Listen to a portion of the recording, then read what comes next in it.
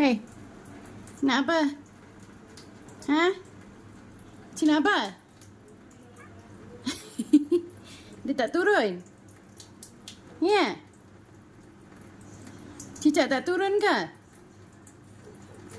Cik nak cicak tu? Nak?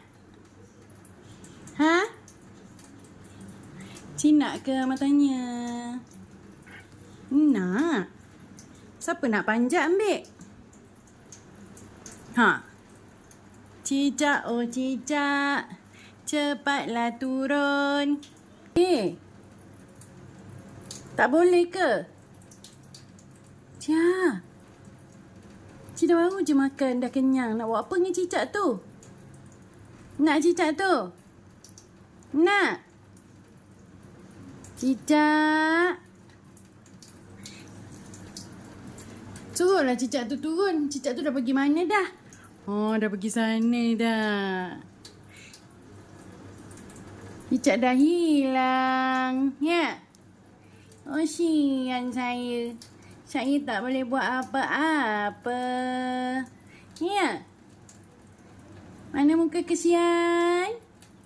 Saya tak puas hati gigit Amak tu. Macam?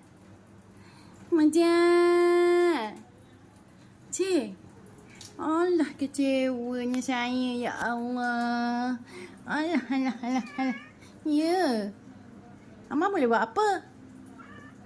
Amak tak boleh panjat. Ya. Nanti kita suruh Papa, Sekarang ke? Okey? Ya. Jomlah. Tak nak. Jomlah. Iya. Tak boleh panjat. Tinggi. Tak boleh panjat. Tak lepas dipanjat. Tak ada dah. Marah kita pula. Tak ada. Makcik. Tu bukan cicak. Cik.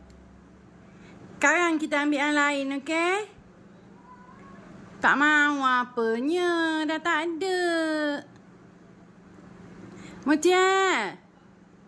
Dah lah tu. Turun lah. Turun. Turun. Cik budak baik kan? Jatuh nanti. Makcik. Makcik baik kan?